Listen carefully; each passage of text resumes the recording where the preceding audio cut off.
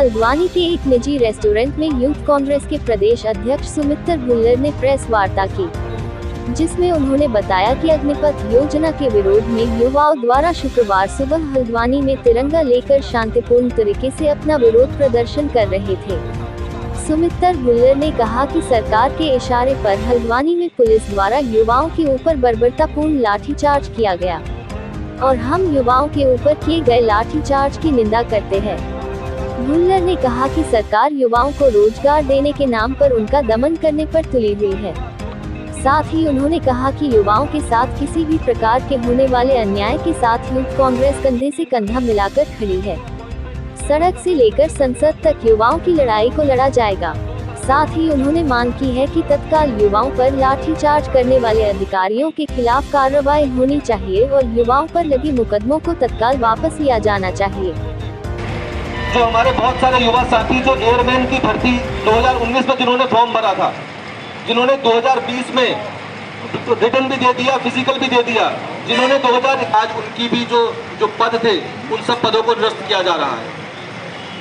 ऐसे दौर में जब देश में बेरोजगारी सबसे चरम पर है, तो मुझे लगता है कि इससे बड़ा युवा विरोधी फैसला पूरे हिंदुस्तान में पूरे पुलिस प्रशासन ने जिस प्रकार लाठीचार्ज किया, पूरी कांग्रेस परिवार, पूरी युवा कांग्रेस उसकी कड़े शब्दों में निंदा करती है।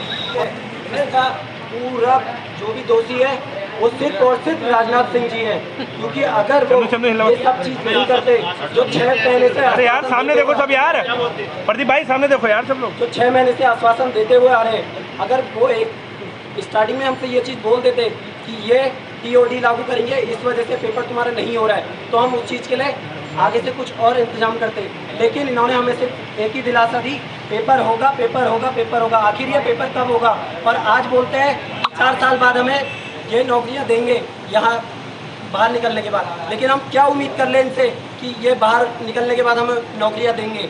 इनसे कोई भी उम्मीद लगाना असंभव है। सुमित्र भाई, जिस तरीके से कल युवाओं के साथ बर्बरता हुई है, लाठीचार्ज हुआ है, कितना दुखद मानते हैं इस घटना को? ये बहुत ही दुखद और निंदनीय घटना है और कांग्रेस पार्टी के लोगों ने कल सदन में भी और प्रेस के माध्यम से भी और सड़क पर उतरकर भी हमने मांग की है कि इस घटना की उच्च स्तरीय जांच होनी चाहिए और जो दोषी हैं उनके ऊपर कार्रवाई होनी चाहिए। क्योंकि आप देख रहे हैं कि अग्निपथ को लेकर के प्रदर्शन पूरे देश में हो रहे हैं, लेकिन जैसी बर्बरता हल्द्वानी में हुई, शायद देश में ऐसा दूसरा उदाहरण वर्तमान में देखने को नहीं मिलता है। अच्छा, किसकी कमी मानते हैं? ये पूरी तरीके से गवर्नमेंट का फेलियर है और मैं तो कहूंगा कि गवर्नमेंट ने ही इस आंदोलन को क्रश करने के लिए ऐसी योजनाबद्ध तरीके से लाठीचार्ज करवाया है। क्योंकि पहले सब युवा साथी रामलीला मैदान में इकट्ठा होना चाह रहे थे, उनको वहां इकट्ठा नहीं होने दिया। जब आप कोई तय जगह पर लोगों को इकट्ठा नहीं होने देंगे, उनको उनकी अभिव्यक्ति की आजादी से रोकेंगे, उनको अपनी बात रखने से रोकेंगे, तो कहीं ना कहीं पर तो युवा अपना आक्रोश निकालेगा। तो ये पूरी की पूरी तरीके से सरकार का फेलियर है और सरकार ने योजनाबद्ध तरीके से लाठीचार्ज करा करके युवाओं को दबाने का प्रयास किया है। लेकिन कांग्रेस पार्टी, यूथ कांग्रेस युवाओं के साथ खड़ी है। हम इनके कंधे से कंधा मिलाकर इस लड़ाई को लड़ेंगे और इनको न्याय दिलाएंगे।